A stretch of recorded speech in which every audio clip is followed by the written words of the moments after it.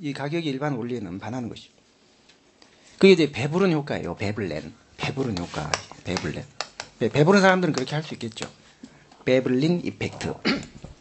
그거는 경제학의 정도가 아니고 가격이 오르면 소비를 줄이고 가격이 내리면 소비를 늘리는 게 기본 현상입니다. 가격이 모든 걸 다 정해주는 거예요. 그게 가격의 자동 조절 메커니즘이라고 해요. 그게 보이지 않는 손이에요. 그게 다 작동한다는 거예요. 자, 그런데 이 로마 3번에요. 이런 거가 이제 무너지고 가격의 자동 조절 기능이 무너지면서 시장에서 모순과 한계가 봉착했던 거기 그게 경제대공황입니다. 경제대공황 2차 대전. 그래서 행정국가가 나오게 됐죠. 자, 로마 3번에요. 행정국가의 등장 배경은요. 경제사회적으로는 한마디로 시장의 실패입니다. 그러니까 시장의 힘으로 해결할 수 없는 문제들이 많이 생긴 거예요.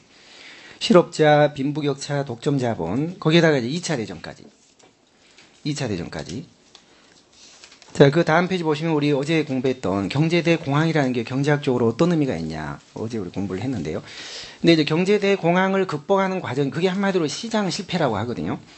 그걸 극복하는 과정에서 미국은 뉴딜 정책을 폈고, 그 다음에 이게 쭉 이어져서 결국 60년대 말 존슨 행정부 때는요, 대대적인 복지 정책, 그레이트 소사이어티까지 이어집니다. 그게 이제 from 뉴딜 to 그레이트 소사이어티다. 이제 그렇게 얘기를 하는데요.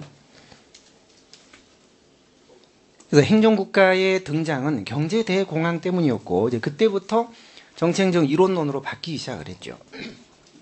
거기다 2차 대전이 또 가세를 했고요. 근데 그 미국 경제학자 중에 보면은요, 미국이 경제대공황에서 벗어날 수 있었던 것은 뉴딜 정책 때문이 아니었다라는 그런 또 반론도 있더라고요. 뉴딜 가지고는 부족했대요. 뉴딜을 했는데도 1932년부터인가 한 5년간 했는데, 공황은 29년도에 나왔고, 그런데도 그렇게 크게 벗어나지 못했대요. 40년대 중반에 2차 대전이 생기면서 거기서 공황이 극복이 됐대요. 전쟁이란 건 일종의 어떻게 보면 특수입니다. 특수. 전쟁 특수. 전쟁이 되면 경제학적으로 완전 고용이 된대요. 모든 사람이 할 일이 생긴대요.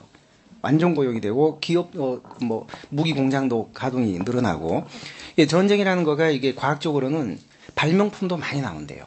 우리가 그 CCTV를 발명한 것도 포로를 감시하기 위한 2차 대전의 산물입니다. 그 다음에 또 경제적으로는 완전 고용이 실현되고 사회적으로는 국민 통합이 된대요. 여야가 따로 없고 뭐 보수 진보가 없게 된대요. 여기 전쟁 이거 엄청 중요해요. 역사적으로 이거 없어서는 안 돼. 전쟁 그 예찬론자들이 많아요. 그래서 이 미국이 공황으로부터 벗어날 수 있었던 것도 뉴딜이 아니라 2차 대전에 미국이 참여했기 때문이다. 그것 때문이다. 이렇게 얘기하는 사람도 있습니다. 제가 왜 이 말씀 드리냐면요. 행정국가의 등장은 경제대공황 플러스 2차 대전이에요. 그 시기 때 가장 행정국가가 이제 폭발적으로 형성이 된 겁니다. 그 다음에 괄호 2번에 정치적으로는 의회가 그런 복잡한 사회 문제를요, 해결해 주지 못했고요. 행정적으로는 너무 전문 복잡화가 되니까 입법부도 일일이 세 번째 줄, 그걸 법으로 다 미리 정할 수가 없었습니다. 입법화가 어려웠고, 또 지방정부도 감당할 능력이 없었습니다. 중앙정부의 권한이 개입이요, 점점 이제 늘어나게 됐던 거죠. 4번 안 보셔도 됩니다. 4번요. 자, 그래서 결국 로마 4번에 이 현대 행정국가 때는 근대 입법국가하고는 다른 양적, 질적 특징을 이제 보이게 돼요. 그건 조금 중요합니다. 자, 양적인 특징은 기능이 늘어나고, 소제목만 기억하시면 돼요. 다른 거 안 나옵니다. 기구도 늘어나겠죠, 당연히요. 공무원 수도 늘겠죠. 4번 재정 규모도 늘 것이고, 5번에 순수 정보 기구도 늘지만 그게 부족하면 이제 공기업, 준정부 조직 이런 게 막 늘겠죠. 따라서 이 구조적인 특성은요, 양적으로 팽창한다는 뜻입니다. 자, 그런데 이제 3번에요. 공무원 수가 는다. 거기에서 이 관료 집단은 본질적인 업무량이 늘지 않아도 공무원 수는 필연적으로 늘 수밖에 없다는 그런 법칙이 있어요. 어떤 관료제 병리적인 현상인데, 그걸 영국의 그 경영사회학자 파킨슨이 주장한 파킨슨스 로우, 파킨슨의 법칙입니다. 세 번째 줄, 본질적인 업무량하고는 관계없이 공무원 수가 는다는 거예요. 업무량이 늘어서 공무원 수가 는다 하면 틀립니다. 행정 수요가 늘어서 공무원 수가 는다 틀립니다. 본질적인 업무량의 증가하고는 관계없이, 해군성을 보니까요, 이 파킨슨이 당시 해군성을 지켜봤더니 함정수가 줄고 있는데도 해군 직원은 연평균 5.75%씩 늘더래요. 왜 이런 현상이 생기냐. 이제 분석을 해봤더니 두 가지 어떤 심리적인 법칙이요, 하위 법칙이 작용을 하더라는 겁니다. 하나는 부하 배징의 법칙, 하나는 업무 배정의 법칙이에요. 자, 부하 배정은요, 공무원은 누구나 심리적으로 사람을 하나 늘리려고 할 때 경쟁자를 원치 않습니다.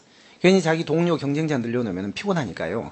자기 밑에 부하를 늘리려고 해요. 왜냐하면 계층제 조직은 항상 이렇게 돼 있기 때문에 부하의 수가 더 많아야 되거든요. 이렇게. 그러니까 동료 한 사람을 늘리지 않고 자기 부하 둘을 늘리는 거예요. 이게 부하 배정이에요. 쓸데없이 늘리는 거죠. 그럼 이 사람들이 자기 자리를 지키기 위해서 쓸데없는 일을 또 만들어내는 겁니다. 이 일을 하는 척 쓸데없는 일을 자꾸 만들어내는, 이게 업무 배정의 법칙입니다. 자, 이때 업무는요, 파생적인 업무예요. 쓸데없는 일이죠. 본질적인 업무가 아니죠. 자리를 지키기 위해서 이제 편법으로 업무를 만들어내는, 이게 업무 배정이에요. 그러니까 이 두 가지가 서로 계속 순환작용을 해서 본질적인 업무량은 늘지 않았는데 부하 배정과 업무 배정이 상호작용해서 공무원 수가 늘더라. 그럼 필연적인 현상이다. 이게 파킨슨의 법칙입니다.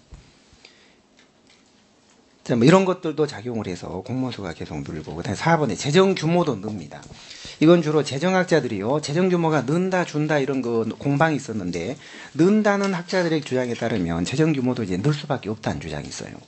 독일의 경제학자 바그너는 도시화와 소득화에 따라, 소득 수준의 향상에 따라 국가 재정이 늘 수밖에 없다. 도시 행정 수요가 폭발적으로 늘어나고 소득이 증대하면 세금을 많이 내게 되니까 재원이 풍부해져서 이게 늘더라. 자, 소득 향상과 도시화, 그건 기억하세요. 바그너, 국가경비 팽창. 그 다음에 피코카 와이스만의 전이효과, 대체효과, 이거 같이 주장했거든요. 전이효과가 발생하면 대체효과로 이어진다고 했어요. 전위라는 거는요, 위기 시에는, 전쟁과 같은 위기 시에는 국민들의 조세 부담 허용 수준이 쉽게 높아진다.